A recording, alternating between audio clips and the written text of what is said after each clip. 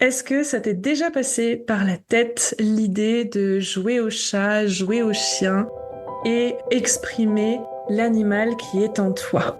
Sexpense, le podcast qui pense à ta sexualité, qui pense ta sexualité et qui expanse l'univers de la sexualité avec toi. Chaque semaine, on va explorer la sexualité alternative en parlant BDSM, fétichisme, libertinage, au travers d'interviews, de mes expériences personnelles, d'histoires érotiques. Cette semaine, on va parler de pet play et on a deux magnifiques personnes pour échanger sur le sujet, mais surtout deux magnifiques bestioles qui sont trop chou. Moi, je les vois, mais j'espère qu'on prendra le temps de décrire à quoi elles ressemblent aujourd'hui parce que j'adore vraiment. Je suis complètement sous le charme, mais je vous laisse vous présenter comme ça, on en saura plus. Qui êtes-vous? Miaou. Moi, mon nom de chatoune, c'est Soulia. Je suis devenue une chatte un peu grâce à Pixel. Si c'est ton nom de chien cette fois-ci. En fait, j'ai fait une fois une session photo avec Pixel et il m'a dit mais en fait tu te comportes pas comme un chat, t'es un chat. Oh. Donc c'est le plus beau compliment qu'on m'ait fait et depuis je développe un peu plus mon côté chat. Et c'est vrai que je me sens chat. Eh bien moi je suis Pixel, je suis un chien. J'ai toujours été un chien, mais c'est, comment dirais-je, un peu comme pour Souya, ma copcha. C'est un peu la même chose, c'est-à-dire que c'est dans certaines sociétés, ils appellent ça des animal totems, des choses comme ça, mais au fond de moi, j'avais un chien qui dormait. Et un jour, j'ai croisé un dominateur, puisque bon, je pratique le BDSM. Et ce dominateur détectait, comment dirais-je, ce côté soumis, mais côté jeu, joueur, empathique. Et donc le chien qui était sommeillant en moi, c'est ouvert, c'est cette personnalité, cette créature, est devenue une part de moi-même. Et donc parfois, je suis la personne que les gens voient dans la rue, l'humain avec la tête d'humain, et puis mais en réalité je suis un chien avec une tête d'humain. Mais c'est ma personnalité, c'est Pixel. C'est vrai que c'est lui qui me constitue, qui est mon, comment dirais-je, je parlais de civilisation, tu parlais d'animal totem, c'est le totem, c'est un axe sur lequel se tourne la société. On se réfère à ce totem, et bien pour moi, c'est dans ma constitution, ma personnalité, c'est Pixel. C'est lui qui me solidifie, qui fait que je suis toujours aussi joueur, toujours aussi animal, toujours aussi jeune, puisque même si je vais bientôt avoir 53 ans, dans ma tête, je fais pas mon âge physique. C'est cette énergie, cette positivité, cette animalité qui aime la vie, qui, comment dirais-je, est empathique, parce que c'est vrai qu'un chien, et d'ailleurs ma copcha l'a pu le voir, on joue, on adore jouer, on adore, on circule. Par exemple, dernièrement, j'étais dans une piscine, il y avait une petite balle, comme bon, c'était une piscine dans un club, donc il n'y avait pas de regard jugeant, etc. J'ai fait le chat, c'est-à-dire que je pataugeais comme le chien, je jouais avec ma balle comme le chien, c'était génial. Donc en effet, c'est ce qui me constitue, c'est Pixel, c'est moi le chien. Et d'ailleurs, j'ai un maître qui a détecté ce côté canin. Et ce que j'adore, c'est qu'il me prend pour un vrai chien. Et donc ça, c'est génial parce que je suis plus un humain à ses yeux, je suis un vrai chien. Et donc je peux être Pixel. Et comme lui, il a eu beaucoup de chiens et qu'il prenait soin de ses chiens, il adore cette relation humain avec son chien. Ah, mais c'est génial. Merci beaucoup tous les deux d'être venus. C'est vraiment, je trouve, un moment particulier parce que c'est pas non plus tous les jours qu'on a la possibilité d'accueillir deux animaux aussi mignons. Et alors pour ceux qui savent pas qu'est-ce que le pet play, communément ça va être des humains qui qui s'animalisent et qui vont porter des attributs qui vont les faire de plus en plus ressembler à des animaux. Donc là, typiquement, c'est porter des oreilles, porter un masque qui va donner à notre visage l'allure d'un animal, potentiellement porter un catsuit ou un dogsuit. Mais c'est différent du furry encore. On fera sûrement un épisode sur le furry. Parce que le furry, c'est plus ressembler à une peluche. Là, enfin, vulgairement parlant, là, on ressemble pas à des peluches. On s'approche vraiment plus du comportement animal. Mais on aura l'occasion de développer ce sujet-là tout au long des questions. Et du coup, donc on a compris qu'on va parler de pet play, mais de quoi est-ce que vous avez envie de parler plus particulièrement aujourd'hui ? Qu'est-ce qui vous fait venir ici ? Parce que le pet play, c'est une traduction littérale et c'est pas vraiment ce que moi je vis. C'est pas du jeu. C'est pas jouer à être un animal, c'est être. Donc c'est plus... et en plus, le pet play, c'est un peu comme des fois le monde des... Certains font du puppy en se disant, bon voilà, je mets une tête de chien, je mets un collier, et puis voilà, je fais un peu... voilà, c'est le jeu. Alors que pour moi, personnellement, c'est vraiment un état de vie. C'est-à-dire que je suis chien tout le temps. C'est-à-dire que j'ai toujours, une pensée pour le maître. J'ai toujours une pensée canine. Il y a toujours un côté, je porte un petit collier avec une patoune. C'est parce que c'est... Et puis parfois, quand il y a des moments où ça va un peu mal, c'est l'animal qui remonte en moi et qui reprend pas le plat. Cet espace, de personnalité, c'est une deuxième partie de moi, mais c'est pas c'est pas du pet play, c'est pas jouer pour être un animal. C'est d'ailleurs j'ai des postures et déjà même mon maître, si j'ai pas le masque, je peux très bien faire le chien. C'est-à-dire que j'ai une attitude de chien, j'ai un comportement de chien. Zoya, ma copcha, me connaît bien. Elle sait pertinemment que même le masque tombé, j'ai toujours ce côté joueur, animal, ses postures, ses attentions, ses attitudes, et puis même humainement parlant, avec le rapport, l'empathie, le côté d'émotion, le côté aimer la vie, toutes ces choses-là, ce sont des notions animales, des notions qui me rapprochent de la nature, qui font que c'est pas vraiment du pet play pour moi personnellement. C'est pas le côté où je vais me dire tiens, je vais m'amuser, je vais sortir. Non, c'est quelque chose de tous les jours. D'ailleurs, ce qui est intéressant de la dernière Pride, ou ce qui était génial, c'est que j'ai pu sortir en chien. Ça, c'était top parce que j'ai pu être vraiment un chien un jour particulier. Et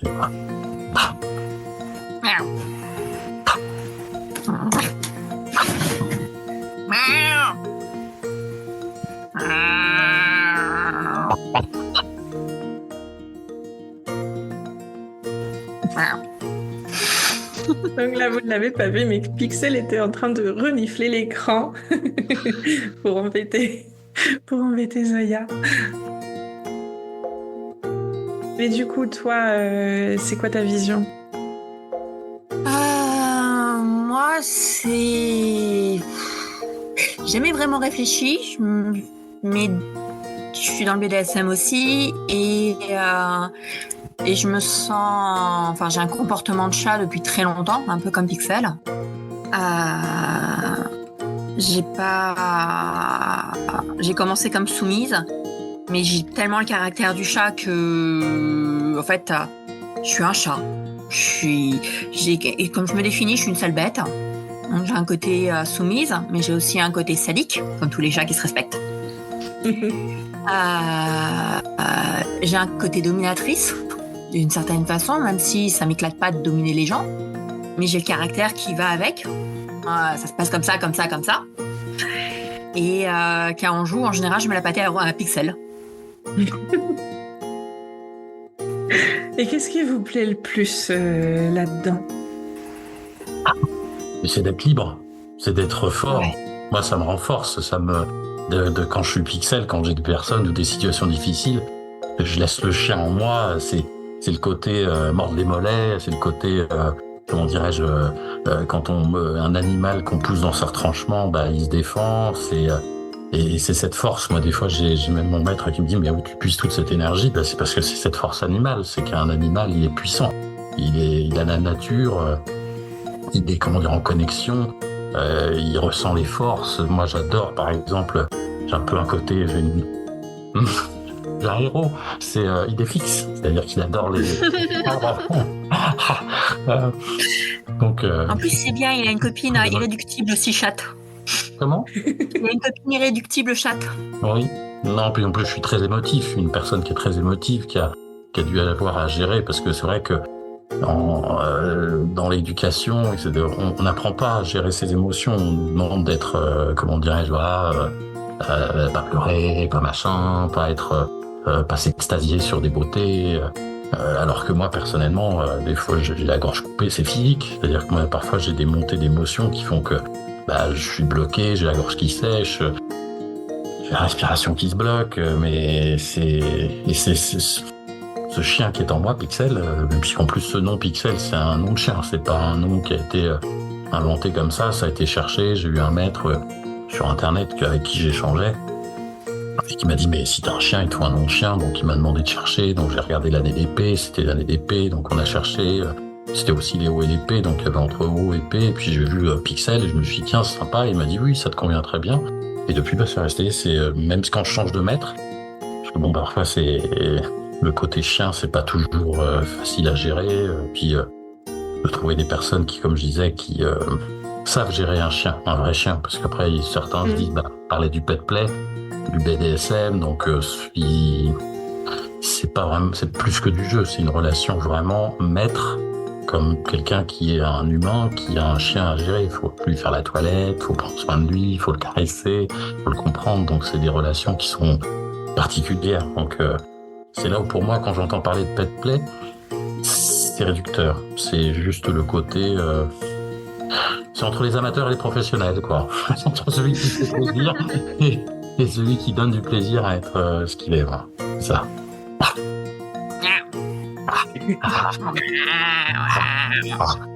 Et justement, comme tu as la possibilité ici, comment est-ce que tu voudrais définir le pet play, peut-être le renommer pour qu'il corresponde plus à ce que tu es, ce que tu fais? Moi ? Ouais. C'est être, c'est-à-dire c'est pas du play, c'est pet being, quoi, ou du being pet, ou du voilà, c'est be a pet, ou c'est du pet life plus que du pet play. Your plate. 1, 2, 3. Your pet. Be a pet, ouais. Ou du pet life, c'est la vie d'animal, quoi. Ouais. C'est-à-dire de se conformer. Et c'est vrai que de faire les mimiques, de se positionner, comment dirais-je, de faire, une fois ça m'est arrivé, j'ai dû me retenir parce que j'étais dans une piscine avec d'autres humains et il y a une petite balle qui tombe juste à côté de moi et j'ai failli la choper. Avec la gueule. Donc j'ai dit non, il y a du monde, donc non, je vais me retenir. Voilà. Mais non, ça aurait été dans une ambiance de jeu ou sans jugement. Bien sûr, j'aurais laissé le chien apparaître. D'ailleurs, c'est un peu particulier parce que certains, s'ils ne connaissent pas, pourraient confiner cela de la folie ou ce qu'on appelait à l'époque une folie douce. Mais c'est tellement un peu ça quelque part. Mais c'est pas de la folie, c'est juste que dans le monde dans lequel on est, c'est une différence. Et la différence étant une force, maintenant, je la cultive. Oui, et puis à mon sens, on est quand même loin de la folie. C'est plus un lâcher-prise et puis une façon de s'adapter aussi qui nous correspond mieux par rapport à l'interprétation du monde qu'on a. Parce que, comme tu disais, selon l'éducation qu'on a, c'est pas toujours évident de se sentir libre d'exprimer nos émotions, de les vivre, de juste interagir avec des gens. Et pour le coup, moi, ça fait quelques années que j'ai pas fait de pet play, mais j'ai fait du pet play il y a une petite dizaine d'années. J'ai tenté le chat aussi, mais j'étais plus renarde polaire. Parce que beaucoup plus capricieuse et sauvage. Et puis j'avais envie de rester une petite chose, alors le renard polaire, ça m'allait très bien. Mais clairement, c'est des jeux incomparables parce qu'on va vraiment à mon sens, dans un lâcher-prise, un non-jugement, toutes les peurs qu'on a en tant qu'humain s'en vont. On est vraiment plus juste que nous, et puis en tant qu'animal, du coup, on s'en remet à l'autre, on fait confiance et on joue beaucoup. Et ça, je trouve ça vraiment génial. C'est quelque chose que j'ai eu du mal à retrouver ailleurs, pour ne pas dire pas du tout. Donc je comprends totalement le fait que vous ayez adopté cette identité, parce que c'est vraiment quelque chose qu'on incarne, comme on le voit dans nos échanges. Et du coup, comment ça vous est venu tous les deux? Donc, Soya, tu as découvert par Pixel. Ouais. Et Pixel, c'est juste ça coulait de source, mais comment tu t'es dit, je vais m'acheter un dogsuit, un masque, je vais trouver un maître, je vais avoir un collier, tout ça? Pour moi, c'est déjà le côté extériorisé. C'est-à-dire que, comme tu l'as dit toi-même, il y a un animal en nous. Toi, c'était la renarde polaire. Pour Soya, c'est le chat. Pour moi, c'était le chien, parce que tu l'as dit, la personnalité, on a un animal qui correspond à cette personnalité. Et pour moi, cet animal, c'est le totem, c'est le côté où on accepte quand on passe dans ce... Bon, je vais utiliser le terme pet play parce que c'est le mot qui est le mot valise que l'on utilise depuis le début. Mais c'est cette acceptation de son animal totem, c'est d'avoir se dire, voilà, c'est cet animal-là qui est mon totem, qui est mon, comment dirais-je, mon pendant animal. C'est-à-dire que il y a l'humain que je suis et l'animal qui est en moi, cette interface avec la nature aussi, parce que parfois ce que j'ai remarqué, c'est que nous humains, on se coupe de la nature. C'est-à-dire qu'on est parfois déconnectés, en plus dans le monde.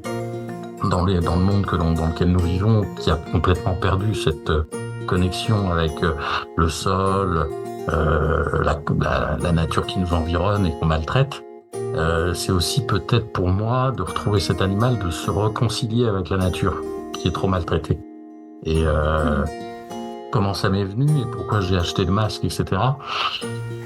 C'est parce que comme je faisais du BDSM, parce que ça m'attirait, le côté un peu extrême, le côté jeu, en plus jeu adulte, donc ça c'est toujours un peu intéressant de jouer. Un peu plus d'adulte, de changer du Monopoly, ça devient un peu plus intéressant quand on peut faire des choses un peu plus coquines. Et puis au fur et à mesure des rencontres, et puis de voir, j'ai vu que il y avait cette possibilité d'extérioriser le côté animal, c'est-à-dire de pouvoir mettre un masque, un harnais, un collier, et puis après il y a au fur et à mesure des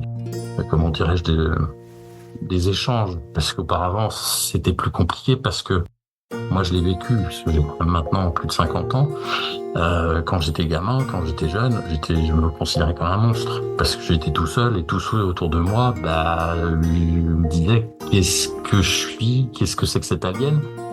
Et j'avais aucune idée qu'à 500 mètres ou à 4 km ou à l'autre bout de la planète, des personnes avaient le même comportement que moi, ou avaient le même désir, ou les mêmes envies. Et puis le net, les échanges, les moteurs de recherche, je me suis dit, mais je suis pas tout seul. Donc je me suis dit, ça permet d'échanger, et puis comme je le disais, le matériel, les colliers, les sites qui réalisaient des petites plaques avec la possibilité de mettre le nom de son maître sur la plaque, comme sur une petite plaque métallique, comme un vrai chien peut avoir. Ça c'est des choses que j'ai utilisées pour vraiment me permettre au dernier Pride de pouvoir sortir en chien, de pouvoir montrer je suis Pixel, un chien, et je suis 364 autres jours de l'année un humain. Mais c'est juste non, t'es pas un humain. Ouais, t'es un chien déguisé en humain. Ouais, exactement, c'est cela. C'est tout à fait ce que je dis à chaque fois. Mais je le cache parce que c'est pas accepté. Mais sinon, Je le ferais bien naturellement, bien volontiers. Je serais, comment dirais-je, un chien au quotidien, que ça me dérangerait pas. Mais voilà, c'est comme ça.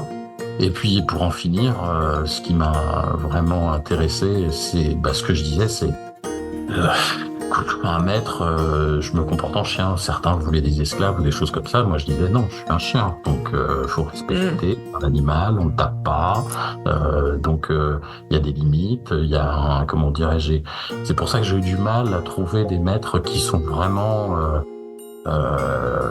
avec un comportement de maître humain.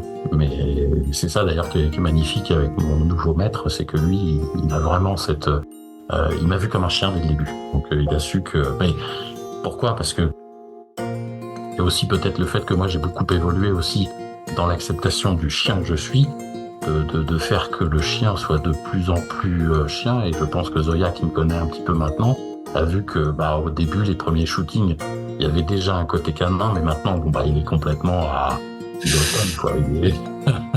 C'est... Voilà. Auparavant, il était un peu pas travaillé ou il n'était pas tout à fait ouvert. Il y avait encore des retenues. Maintenant, il y a 100 retenues. C'est comme ça. Et puis, vous voyez, moi, je me présente à vous, je suis en chien, il n'y a pas de problème. Moi, je suis complètement maintenant au fur et à mesure. Il y a le fait d'assumer. Il y a aussi le fait qu'au fur et à mesure, plus j'avance dans cette relation, puisqu'il faut aussi que le chien qui est en moi trouve sa place et que moi, c'est une vie à deux. Parce qu'il y a un chien qui doit être chien, et puis parce que il est tellement vivant, tellement plus moi que moi. D'ailleurs, c'est ce que disait Zoya. Je suis un chien, mais dans le monde dans lequel on vit, il faut que l'humain garde sa place, et donc il y a une gestion au quotidien de se dire non, je peux pas aboyer comme je veux, je peux pas me mettre à la patte comme je veux, je peux pas faire des comportements canins qui me plairaient tellement, parce que d'ailleurs je l'ai détecté dernièrement. C'est que j'ai une personnalité qui, dès que je rencontre quelqu'un, j'ai envie qu'il soit mon ami. Mais exactement comme les chiens. et c'est ce côté empathique, ce côté, comment dire, où à chaque fois que je croise des gens, j'ai qu'une envie, c'est de faire ami-ami. De faire ami-ami, de découvrir, et ce côté canin qui très empathique, c'est... J'adore, quoi. Alors que c'est vrai que moi j'ai plutôt un côté hautain. Autonome. Et du coup, depuis combien de temps, de ce que j'ai compris, tu te sens comme ça depuis tout petit ? Mais c'est, comment te dirais-je, c'est une éclosion. C'est un peu comme une plante qui du temps à germer, donc la graine était présente. Et puis ensuite, comme dans l'œuf, il y a une germination, et puis après, il y a la coquille à ouvrir. Donc, mais le germe était déjà là. Non. Et puis ce chien, comme je le disais, l'animal totem, j'ai toujours eu un canin, une âme canine au fond de moi, et qui, quand elle s'est ouverte, elle se sera ouverte à un moment ou à un autre. C'est clair. Et puis, moi aussi, maintenant, j'ai une philosophie qui dit que quand j'entends que certains disent qu'ils ont raté leur vie, que machin, que bidule, j'ai encore la chance à mon âge d'être encore en vie. Donc, je me dis que tout ce qui a été passé derrière, ça faisait qu'on peut changer des choses, etc. Mais c'est du fait que je sois en vie, que quelque part les choix étaient les bons, sinon... pas ici. Ça, on serait plus de ce monde. Oui, donc, voilà.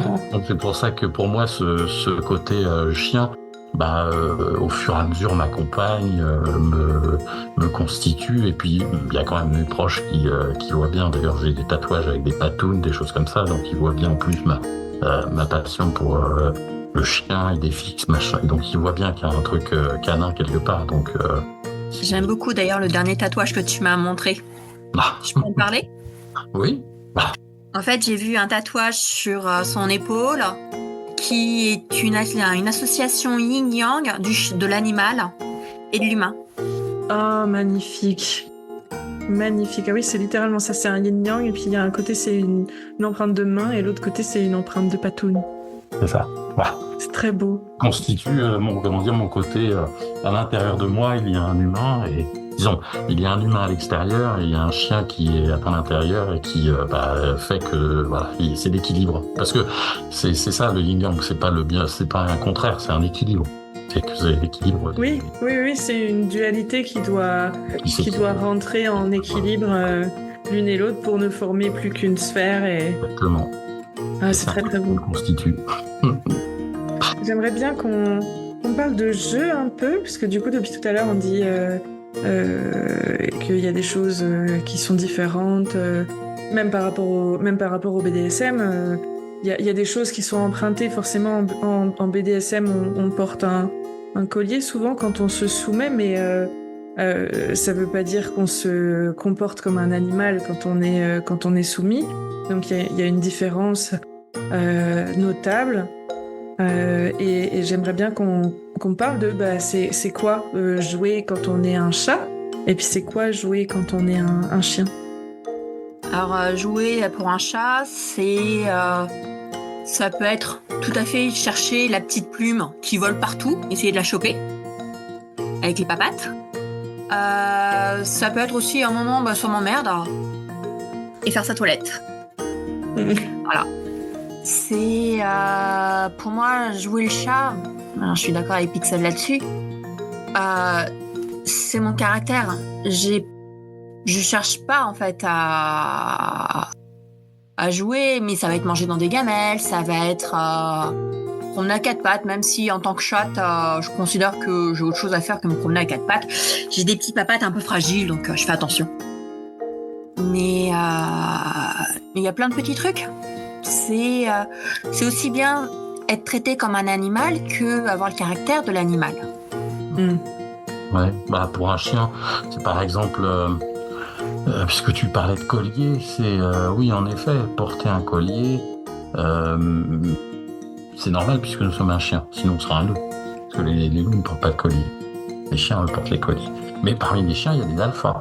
C'est-à-dire qu'il y a des chiens qui sont chefs de meute, il y a des chiens qui sont plutôt soumis, puis il y a des vieux chiens, puis il y a des jeunes chiens. Donc, mais sinon, ce qui est génial, c'est que il y a les piscines à boules, il y a les agility, il y a le jeu où le maître va lancer une chaussette et on va chercher la chaussette, où il lance un jouet puis on va chercher le jouet et on revient. Il y a le côté... par exemple, moi j'ai fait des soirées dans un club échangiste où je brisais la glace. C'est-à-dire que les personnes arrivent, se connaissent pas trop, etc., sont un peu gênées. Et moi le chien, il était complètement halluciné. Ils envoyaient mon jouet, j'allais chercher, je revenais, je le reposais. Il me disait mais il est affinant. Donc c'était vraiment le côté où... on parle, parce que d'ailleurs ce qui est intéressant, c'est que vous voyez depuis le début on parle pas de sexe, on parle de BDSM, mais il n'y a pas de sexe. C'est vrai que quand on fait du pet play, quand on va plutôt le pet life, il n'y a pas le truc sexuel. D'ailleurs ce qui est à mourir de rire, c'est que moi dans le club, j'étais nu parce que j'étais en chien, j'avais juste le collier, mon harnais, ma queue de chien, mon plug et puis voilà. Mais quand j'étais sur le dos à faire mon chien, les dames caressaient mon giron. Mais leurs mains passaient à côté de ma queue, mais il n'y avait pas de contact parce que c'était comme un chien mais sur le dos. Quand on a un vrai chien, il a les attributs à l'air, il est nu, mais on le caresse comme si c'était un animal. Et c'est là où pour moi c'est génial parce que c'est là où je réussis à vraiment être un chien, c'est qu'ils font abstraction du de l'humain que je peux être avec mon sexe à l'air. Et ça, c'est un truc qui est assez génial. C'est-à-dire qu'on est vraiment l'animal. C'est-à-dire qu'il n'y a plus ce côté de rapport. Quand je dis de domination, c'est de pouvoir ou de désir sur l'autre. Alors que là, c'est vraiment du jeu comme si c'était innocent. Comme si on jouait avec un vrai chien animal. Voilà. Ou comme un vrai chat ou comme une vraie chatte en se disant... D'ailleurs, ce qui est génial, c'est quand vous mettez une chatte et un chien ensemble, on mettait une balle entre les deux. Et en plus, on peut être nu. Ce qui est génial, c'est que il n'y a pas c'est juste le jeu, c'est juste le fait, c'est un chien et un chat. Donc il n'y a plus ce côté de comment dirais-je, de femme-homme ou de désir l'un sur le. C'est juste. C'est ce que j'adore. Je redirais le mot, mais c'est l'innocence, c'est la nature, c'est frais. Oui, on en revient à ce principe de être et de totem. Au final, on incarne cet animal qu'on sent être au plus profond de nous. Et du coup, si on était justement traité de façon sexualisée, on l'assimilerait à de la zoophilie, quoi. Oui, d'ailleurs, il y en a... une fois, j'ai fait enfin, pas animé. J'ai co-animé un débat sur le pet play. Et il y a quelqu'un qui nous a posé la question, mais c'est pas de la zoophilie ? Non, on est humain quand même. Mais c'est vrai qu'il y a aussi ce côté où il n'y a pas tant de sexualité que ça avec un animal. Oui. Non, puis c'est quelque chose qui est, qui est respectueux en plus. Il n'y a pas d'ailleurs, ce que j'aime aussi, c'est que dans ce côté pet life, pet play, il n'y a pas d'irrespect.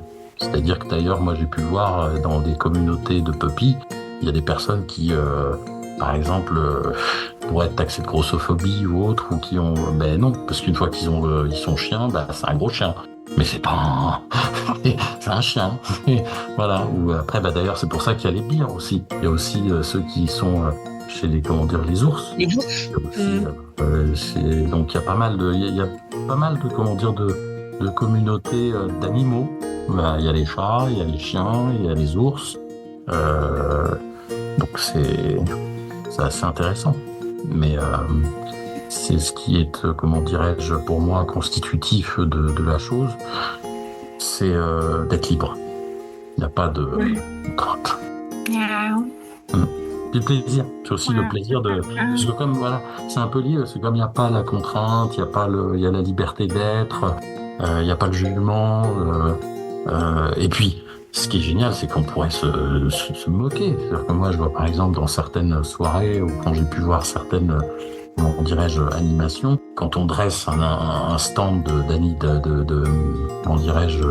pet, agility, où on met un petit pont, on met les passe-pieds, on met une chaussette, on met des petits, des petits obstacles, et voir la personne sauter, on pourrait rigoler, etc. Mais non, les gens sont au contraire, sont respectueux, et puis ils sont sérieux dans le fait de faire travailler le chien. C'est pas pour se moquer. Ce sont ceux qui sont un peu... D'ailleurs, je crois qu'on arrive sur le fait du rire qui fait peur. C'est-à-dire le rire qui exprime une peur. C'est là où on pourrait avoir ce comportement. Mais sinon, pour ceux qui le pratiquent, c'est au contraire quelque chose qui sont des moments intenses. Parce qu'on est vraiment... On est, mais avec un E majuscule. Oui, puis dans cet univers-là, les personnes qui vont aller être maître ou maîtresse d'un chien, d'un chat, d'un renard, peu importe l'animal, il choisit quand même en pleine conscience de devenir maître ou maîtresse de cet animal.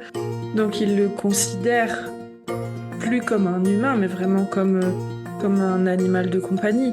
Autrement, il y a un peu une déformation du sujet, quoi, comme on disait avec la question sur la zoophilie. Si on adopte un animal, heureusement, c'est pas pour coucher avec. La plupart du temps, c'est vraiment juste parce que c'est un animal et qu'il est trop mignon et qu'on a trop envie de lui faire des câlins partout.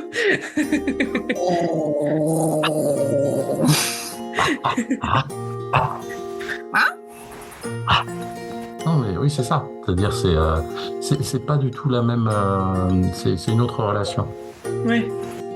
Et du coup, à quoi ça ressemble votre quotidien en tant que chat, en tant que chien, à la maison, quand votre maître ou votre maîtresse n'est pas forcément là? Vous avez aussi, si vous l'incarnez, des comportements. Comme tu disais, dans la piscine, tu vois une boule qui tombe, tu peux pas t'en empêcher, c'est super dur. Au quotidien, c'est le saluer. Et puis aussi, c'est, maintenir la forme. C'est-à-dire que moi, ce que j'adore, c'est que c'est mon corps de chien que je travaille. C'est-à-dire que c'est régulièrement, c'est de prendre soin de faire les réveils musculaires comme les animaux. Je ne sais si, quand vous voyez des animaux, on se détend, on travaille, on est bien dans ses patounes. C'est la même chose. Et puis, pareil, des fois, c'est mettre le collier en se disant tiens, je vais me mettre le collier, j'ai la possibilité, je suis tranquille. Donc non, c'est des comportements, comment dirais-je, c'est sous-jacent. C'est un peu, pour moi, si je devais résumer, c'est un peu comme si j'étais à l'étranger. C'est un peu le côté expatrié. C'est-à-dire que j'ai des comportements que je faisais dans mon pays, que je peux pas faire parce que je suis pas dans le même pays, mais je le fais quand même. Donc je fais des petites choses qui font des réminiscences de ce que je pouvais faire quand j'étais chez moi, et que comme je suis plus chez moi, mais c'est un peu ce que peuvent peut-être sentir ces expatriés qui se disent non, j'avais une vie où j'avais des modes de quotidiens qui sont différents parce que je suis déraciné. Mais ça, pour moi, c'est un peu la même chose. Moi, c'est difficile pour moi de donner mon quotidien avec 1 mètre parce que j'ai jamais réussi à garder 2 mètres. J'ai pas encore trouvé celui à apprivoiser. C'est mon esclave. Mais du coup, j'ai le caractère. Moi, ça va être miauler de temps en temps. Je vais miauler.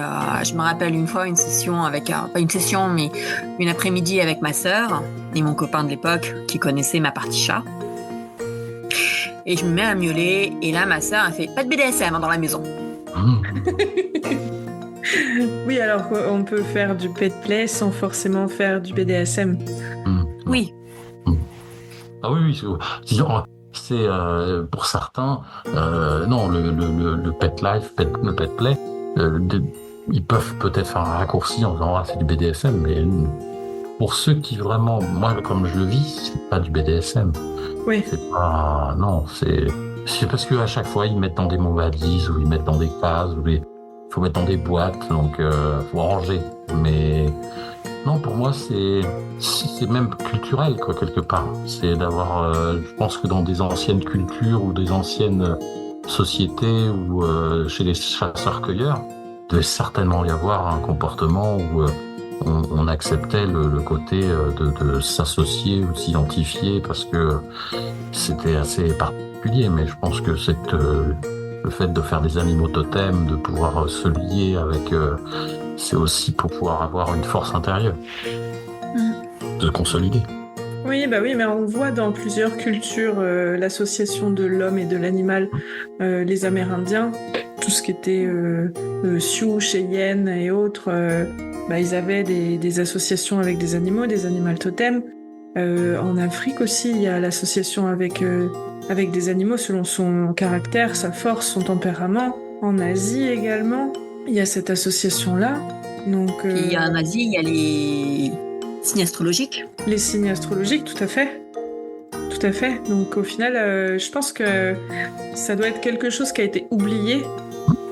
Mais même en Inde, en Inde, il y a certaines cultures là-bas qui partent du principe que dans la réincarnation, il y a une hiérarchie. Et avant d'être humain, on est animal. Et c'est parce qu'on a réussi dans notre vie d'animal qu'on a le droit à passer au niveau au-dessus. On devient humain, et puis après le niveau humain, il y a encore un niveau d'au-dessus. Du coup, il y a certaines âmes qui se rappellent de leur vie d'animaux et on l'associe à une connexion très forte. Et souvent, ils se disent, en fait, c'est juste que tu te souviens de ta vie d'avant et que tu la vis encore ici. C'est que l'incarnation n'est pas détachée de la vie précédente, quoi. Donc, il y a dans plein de cultures cette connexion animale. Je trouve ça passionnant et intéressant. Parce que ça nous lie avec la nature. Oui. Ce côté où moi, en étant pixel, quand je pars dans des arbres, d'ailleurs, je fais rire un peu mon mari, c'est que je fais des câlins aux arbres. J'adore caresser un arbre, serrer un arbre dans mes bras, c'est sentir sa force, c'est quelque chose qui pour moi c'est formidable. C'est ce côté où un être qui sait de se tenir droit. C'est-à-dire que ça aussi, pourquoi je parlais de totem, c'est que pour moi, même si je suis à 4 pattes, que quand je suis pixel, je m'autorise pas à être debout, et c'est pour ça que j'ai des genouillères, que on se contraint. Mais parce que voilà, j'ai un corps d'humain, mais c'est le chien qui prend le pas et qui fait le comportement. Mais au niveau de la rectitude et de la loyauté, de la fidélité que je peux avoir, c'est ce qui constitue aussi cette force. Donc parfois se tenir droit, c'est pas toujours dans le sens où on peut l'entendre. Donc c'est aussi pour ça que j'adore ce côté, comment dirais-je, d'être animal, c'est l'humain en moi a plus d'importance. C'est-à-dire je comprends plus l'humain en étant animal, en se mettant de l'autre côté. C'est-à-dire de l'autre côté du miroir. C'est vrai. Et puis ça m'aide aussi à supporter parfois l'insupportable. C'est pour ça que le fait d'être chien, c'est cette empathie qui me caractérise. Ouais. Mais c'est pour ça que mon témoignage, c'est un témoignage personnel, je peux pas parler pour tout le monde, mais c'est vrai que quand tu m'as demandé, le pet play, pour moi c'est pas du pet play. C'est totalement différent. Non mais c'est très bien, on est là aussi justement pour que les personnes qui nous écoutent aient une meilleure connaissance du sujet et arrivent à faire une différenciation aussi entre tout ce qui existe. Il y a des personnes qui vont vouloir jouer pour une séance à faire le chat, porter un collier, des petites oreilles, une petite queue et puis laper du lait dans une gamelle et puis après ils vont arrêter parce que ça leur aura pas plu. Et puis il y en a d'autres qui comme toi incarnent vraiment ce chat ou incarnent vraiment ce chien et ça fait partie prenante de leur vie, de leur comportement et c'est un besoin. Ah oui, ouais. Disons, en plus qu'un besoin, parce que c'est le besoin, s'il devait être, c'est de libérer la coquille. C'est-à-dire que c'est exactement quand tu disais, mais quand est-ce que c'est venu, etc. C'est qu'il a fallu, et d'ailleurs c'est pour ça qu'à un moment, ça s'est entre guillemets déchiré. C'est quand j'ai croisé une personne qui m'a fait comprendre que oui, je suis un soumis, mais le soumis, qu'est-ce que c'est que le soumis? C'est quoi cette notion? Et c'est en réalité le chien. C'est-à-dire que le fait de se dire, non, c'est pas de la soumission, c'est juste une situation où je suis inférieur parce que je me sens chien, parce que c'est côté à quatre pattes ou puis il y a, comment dirais-je, l'empathie, le fait d'être comment dirais-je, fragile, parce qu'un animal c'est fragile, un humain il peut toujours l'écraser. Alors qu'un chien, c'est un être dont il faut prendre soin. Donc c'est quelque chose qui, oui, comme je disais, qui est gracile. Donc il faut le prendre avec tact. Donc, mais c'est pas de la soumission, c'est pas de l'infériorité non plus. C'est juste une situation parfois émotive ou comment dirais-je, de type de personne. On traite pas le cristal et de la roche de la même manière. Mais pourtant, le cristal, c'est pas de soumission entre un cristal et une roche. Mais c'est juste que ce sont deux choses qui sont différentes et que cette différence, il faut la prendre en considération. Mais c'est pour ça que des fois, dans ce côté BDSM, c'est plus compliqué. C'est pour moi plus une comment dirais-je, une galaxie ou une constellation qui porte un nom, mais qui comporte de très très très très nombreuses variété et pour moi ce qu'il constitue c'est surtout la différence et c'est un monde dans lequel les différences sont respectées, sont acceptées et sont observées et d'ailleurs les plus grands, comme j'ai pu voir, dominateurs ou soumis, ce sont ceux qui savent naviguer dans cette constellation et savent accepter, respecter, détecter, avoir l'intelligence émotionnelle et comment dirais-je, de situation pour pouvoir être plastique, c'est-à-dire de pouvoir prendre dans toute sa globalité la personne qu'ils ont en face d'eux. Et ça, c'est des rencontres qui sont magnifiques, parce que on passe des moments qui sont assez, comment dirais-je, splendides, parce qu'on a quelqu'un qui est en face de soi, comprend et accompagne. Et ça, c'est particulier. C'est que tu m'as fait comprendre des choses justement sur mes doutes en soumission et sur ma capacité justement à me soumettre. Parce que c'est vrai qu'un chat, ça se soumet pas. Ah non. Mais c'est pour ça que c'est pour ça qu'à chaque fois quand je t'avais dit, quand on s'était rencontrés, non, tu es chat. C'est pas la même chose. C'est que tu es, c'est pour ça que pour moi le pet play, je vais jouer à, non. Pour certains, c'est pas du jeu. C'est juste un état d'esprit, c'est juste une un espace dans lequel, moi, c'est ce que je vais de vie et que je fais de plus en plus maintenant. C'est pour ça qu'à la Pride, j'étais complètement. J'avais mon drapeau avec mon drapeau puppy, j'avais ma tête, mon chapeau avec mes oreilles dessus. J'étais pris en photo plein de fois, mais parce que je suis un chien, voilà, et c'est que je l'assume et que j'adore ça et que c'est vrai que ces moments-là sont particuliers parce que je suis. Et c'est pour ça que quand tu me disais, non, c'est du pet life, quoi. C'est des espaces dans lesquels on nous autorise, où on accepte que cet animal qui, comme tu le disais tout à l'heure, c'est qu'on peut enlever le masque d'humain et laisser l'animal derrière se mettre en place. J'adore ça. Wow.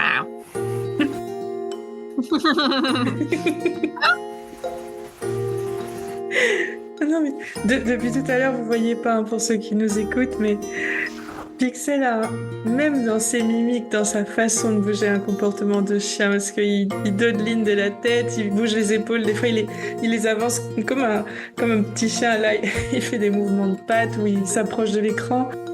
C'est vraiment trop mignon, mais c'est vraiment dans son comportement inconscient. C'est... Là, il opine du chef. Et du coup...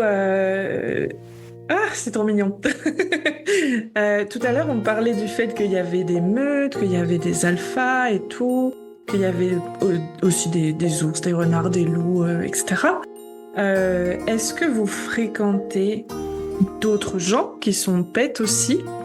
Est-ce que vous avez des réseaux pour ça ou... Oui, il y a des événements. Après, il y a tout ce qui est les Darklands, où dans les Darklands, il y a des zones pour les chiens. Il y a des événements un peu... dans les BDSM, il y a des zones où il y a des piscines à balles. Donc, dès qu'on entend piscine à balles, c'est clair, il y a du puppy. Ça, faut pas leurrer. S'il y a de piscine à balles, il y a du puppy. Ça, c'est sûr. Et puis non, puis après, il y a des meutes, il y a il y a un réseau. Et puis, en plus, maintenant, avec le net, avec les réseaux sociaux, tout cela, ça s'est bien développé. Mais après, est-ce que ça tient dans le temps ou pas? Ça, c'est autre chose. Ça, c'est des rencontres, les magies des lieux.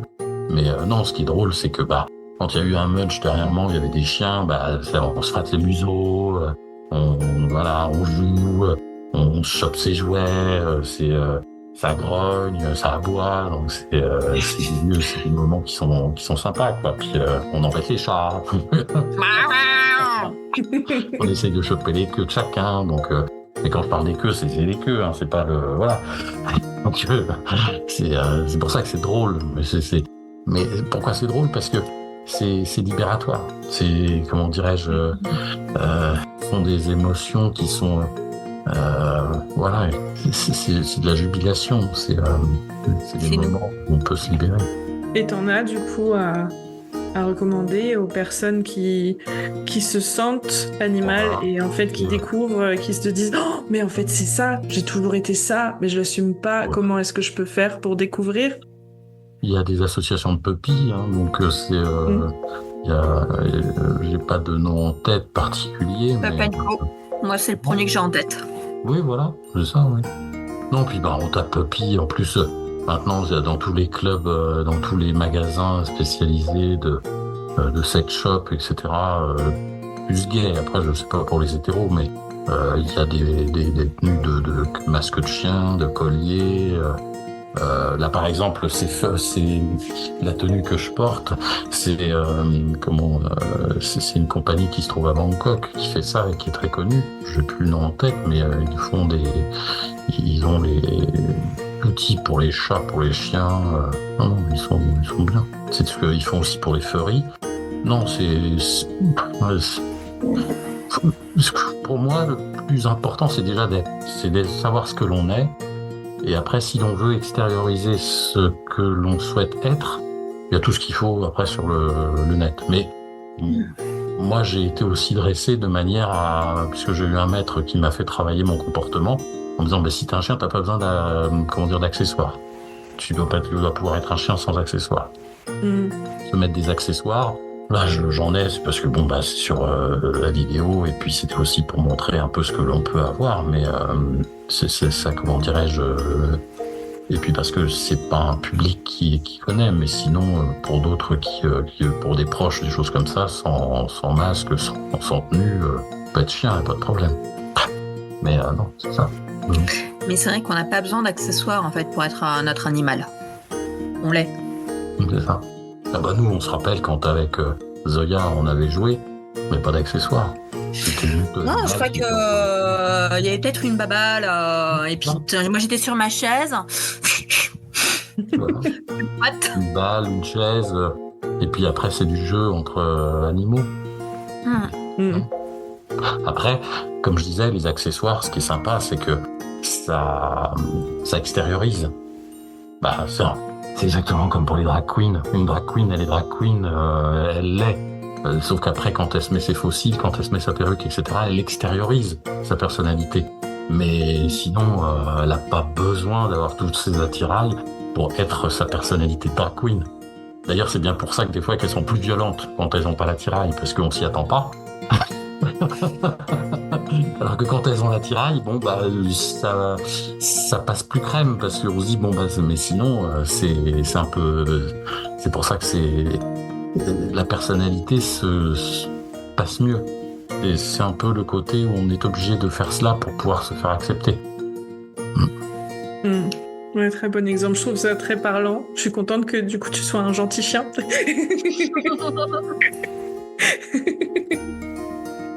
Et du coup, si vous aviez une baguette magique, que tout était possible, quel serait votre plus gros fantasme? Être comme mon chat là à ce moment. Il est comment? Mon chat est couché, en train de dormir, confortable, zen. Ouais, franchement, être un chat, les deux pattes en éventail. Moi, mon plus gros fantasme, c'est d'être dans une bacchanale quotidienne. Ça serait quelque chose qui est la fête. Non, franchement, c'est une bacchanale à vie, ça serait génial. Le truc où tout est permis, où on voit des machins, des choses, de la folie, c'est la différence, tout s'exprime, de voir le... Ah oui, ça c'est quelque chose qui serait formidable. Ah non, moi en tant que chat, j'aime la tranquillité, j'aime le petit cadre. C'est pour ça qu'on embête les chats, vous voyez? C'est ça la différence entre le chat, il veut pas qu'on l'embête parce qu'il se dit, mais je veux être les quatre pattes, machin, je veux faire ce que je veux, etc. Donc le chien, il veut qu'une chose, c'est jouer. Le chat, il est là, mais pourquoi tu joues pas? Non, je veux pas l'assiette, mais pourquoi tu joues pas? Je veux pas jouer, mais joue, c'est marrant, joue, c'est drôle. Tu tires la patte, tu tires l'épée,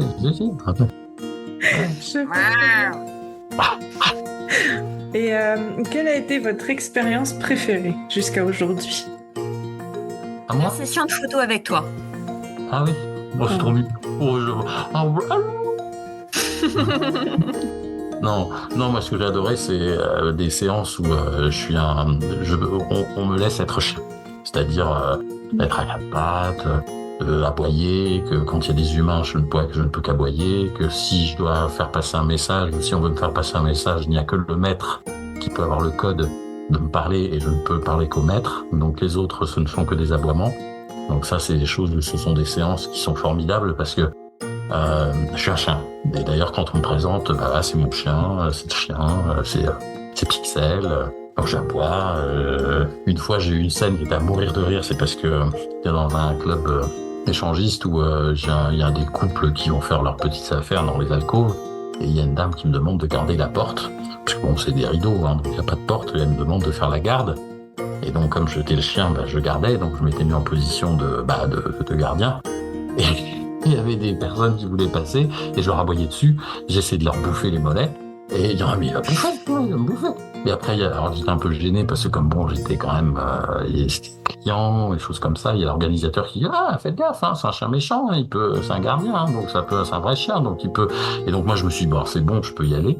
J'ai fait le rôle jusqu'au bout et ils n'ont pas passé la porte. Et quand après les gens sont sortis, ils ont dit, bon chien de garde. Donc c'est génial. Parce que j'étais vraiment le côté à grogner, à aboyer, à faire les positions de chien un peu méchant, en regardant, et puis de faire des gestes un peu, comment dirais-je, agressifs si on commençait à me mettre un peu dans mes retranchements, parce que le Doberman qui garde la porte, et et les humains qui étaient là en disant mais bien mais laisse-moi passer. Non, je mords. C'était génial. Non, c'était une scène, c'était à mourir de rire. Non. Excellent. Ah oui. Il y a même une scène où une fois j'étais en chien toute la soirée et une personne, quand j'ai retiré le masque, je me suis dit bon voilà, la soirée est finie. Elle dit mais c'est hallucinant, t'étais chien toute la soirée, j'ai rien regardé d'autre que ta tête de chien dans ton corps, pourtant j'ai regardé partout.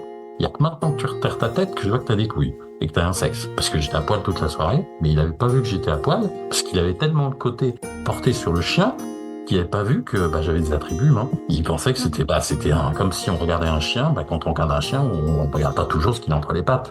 Le comportement, pourtant il a tout à l'air, mais c'est parce qu'on regarde en premier lieu. On regarde le pelage, on regarde les épaules, le cou, peut-être le collier, la tête du chien, les oreilles, mais on ne regarde pas ce qu'il a entre les pattes.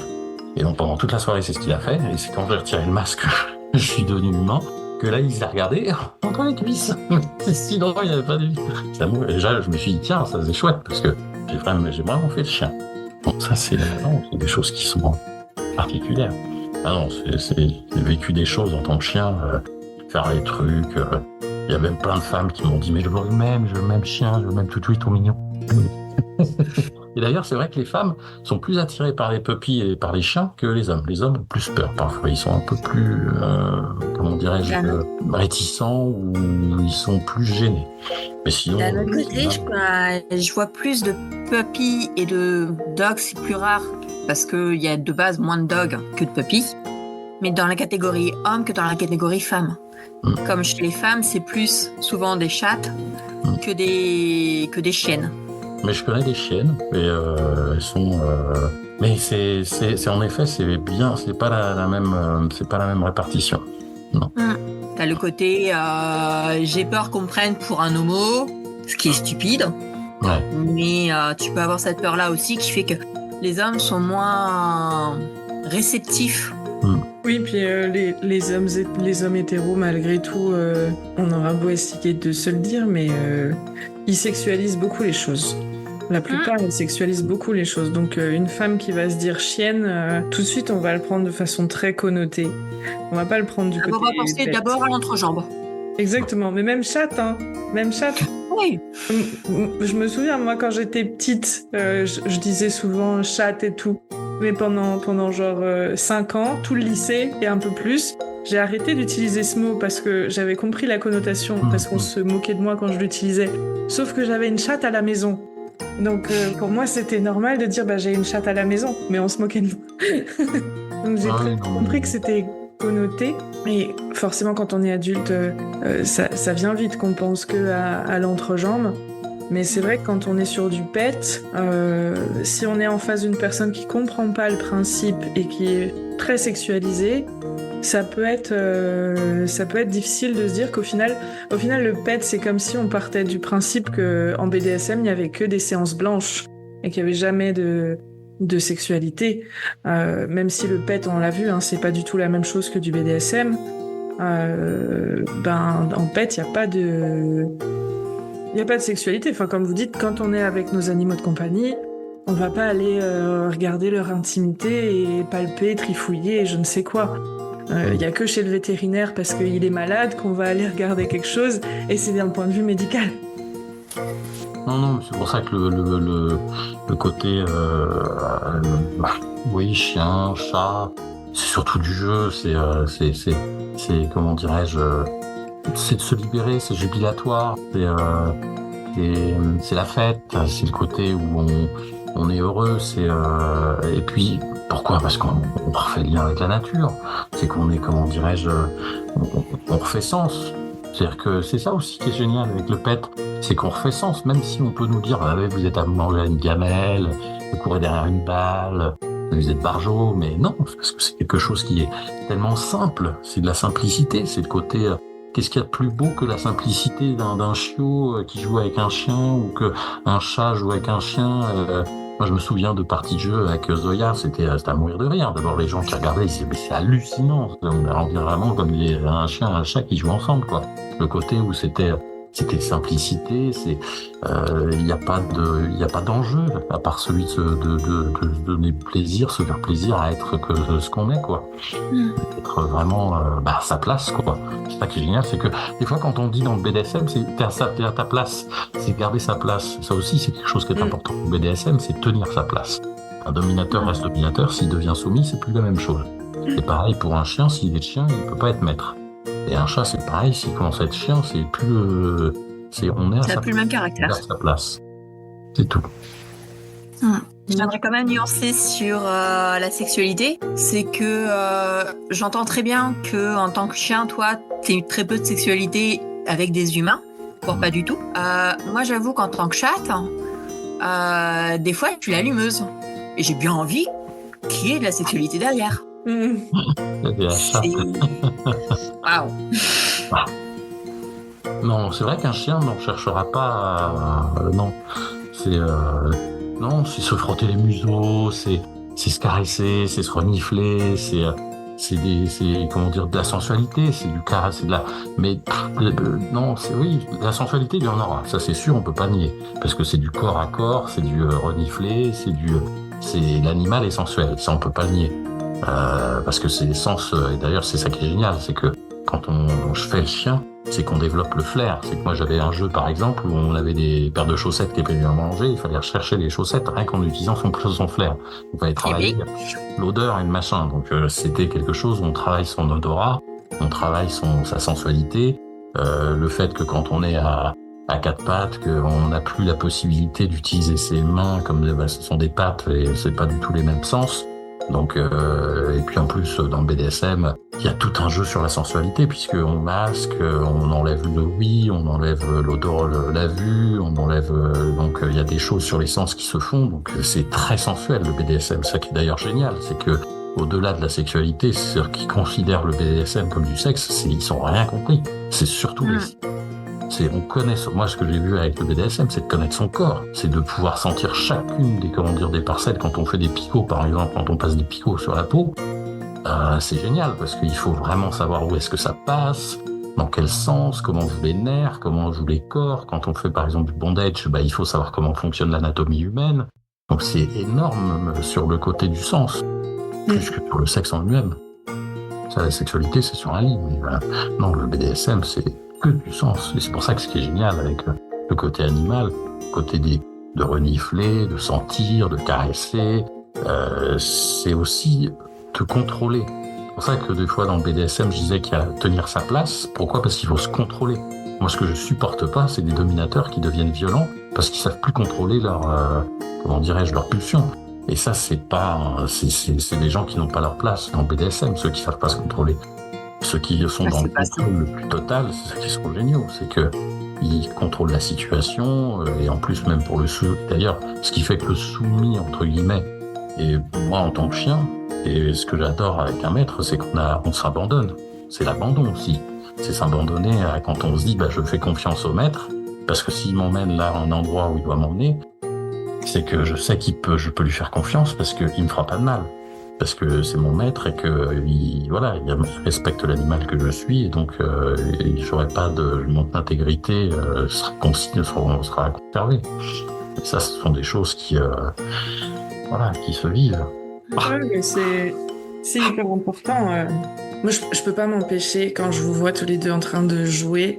En plus, t'as parlé d'idées fixes tout à l'heure, de me rappeler la scène là dans, je crois que c'est Astérix, les 12 travaux d'Astérix, avec le prêtre égyptien qui transforme un homme en oiseau et un autre je crois que c'est un autre en chat, et de les voir jouer, et puis à la fin il y en a un qui s'envole littéralement.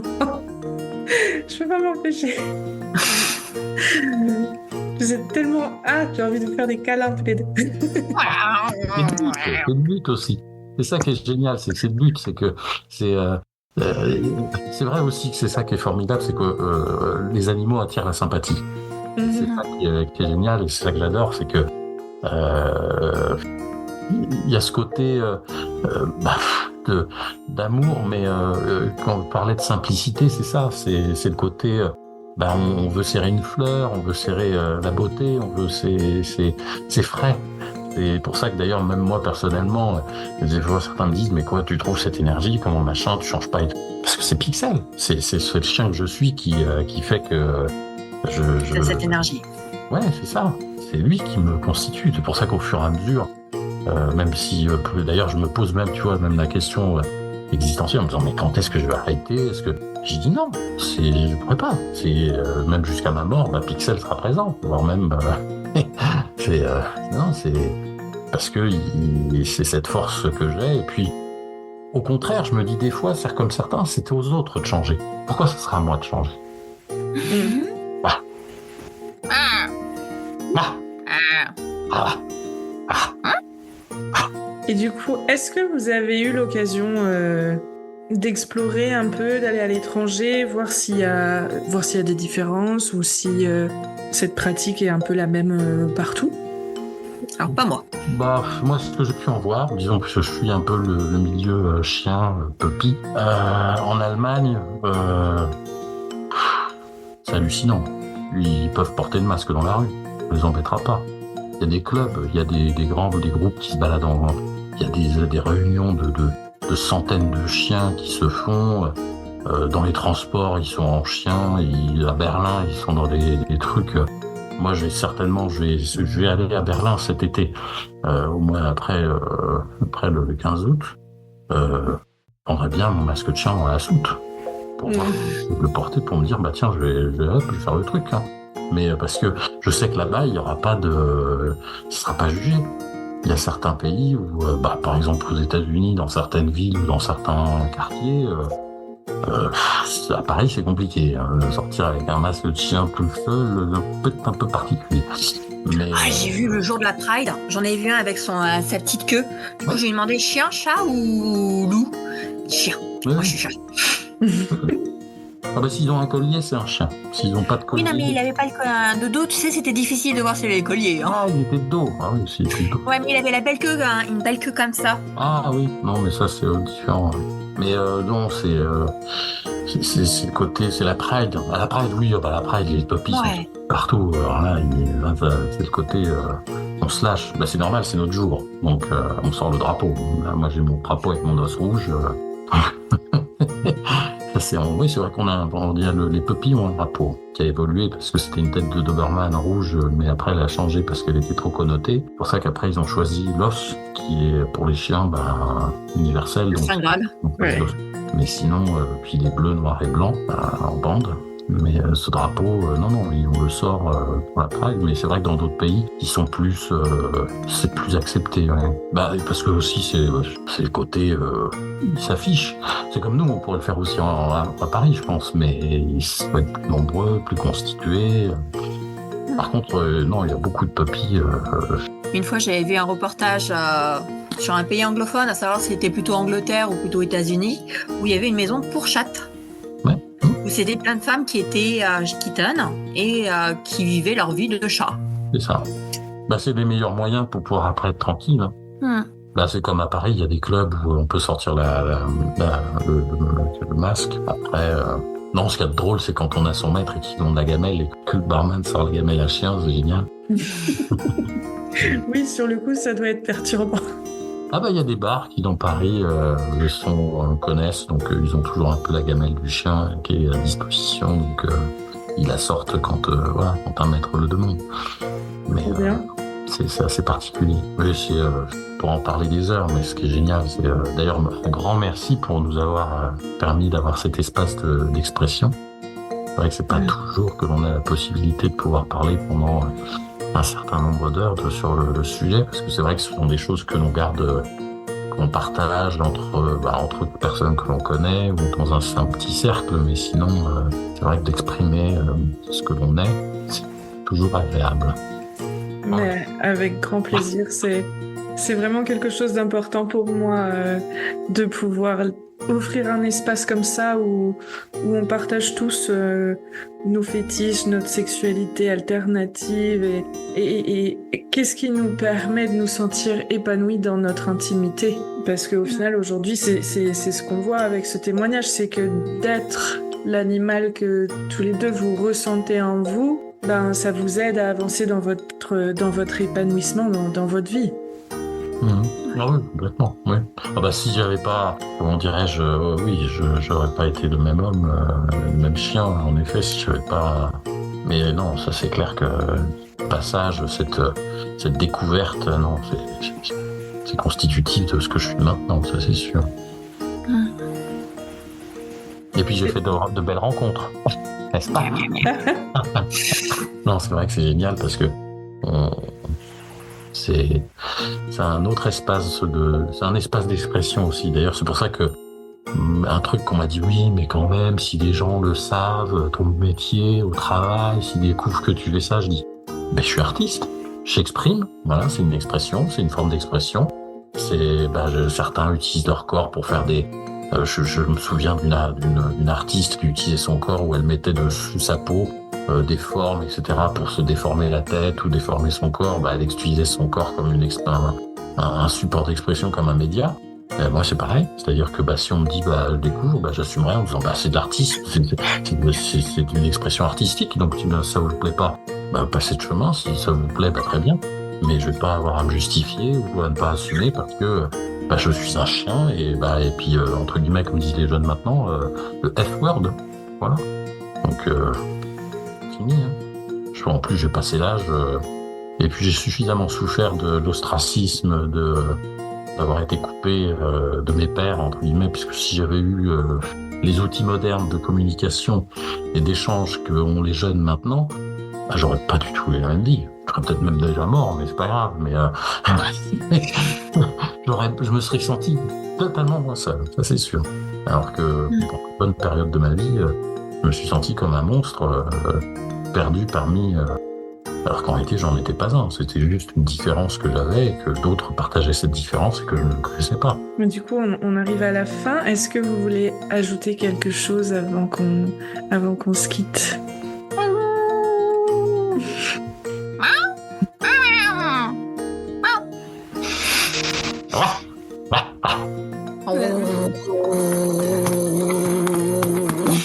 Merci beaucoup. C'était vraiment passionnant, hyper intéressant. Et je vous ai trouvé vraiment craquants tous les deux, trop mignons. Je pense que j'aurais pas arrêté de vous gratouiller si on était en physique. Il faut faire attention, le chat, on le gratte que s'il est d'accord. Ah, on est d'accord. La mienne, elle est très capricieuse à la maison. Pas le chat. C'est aussi la différence de caractère. Les chats et chiens à la maison, ils s'entendent pas du tout, mais ils adorent les câlins tous les deux. Qui n'aime pas les câlins. Merci beaucoup. Je sais pas toi, mais moi j'ai trouvé que c'était vraiment une super interview. Merci encore pour ce témoignage. Et si toi aussi, t'as un kink, un fétiche, et que t'as envie d'en parler, parce que tu penses qu'il est pas ou mal représenté, ou juste que c'est un plaisir particulier pour toi et que t'aimerais que d'autres personnes connaissent ce plaisir ou se rendent compte que elles ne sont pas seules dans ce cas-là, contacte-moi et on discutera.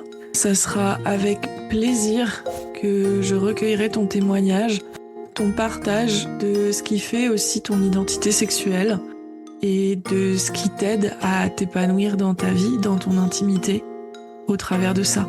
Et du coup, je vous dis à la semaine prochaine pour un nouvel épisode et je vous retrouverai avec grand plaisir.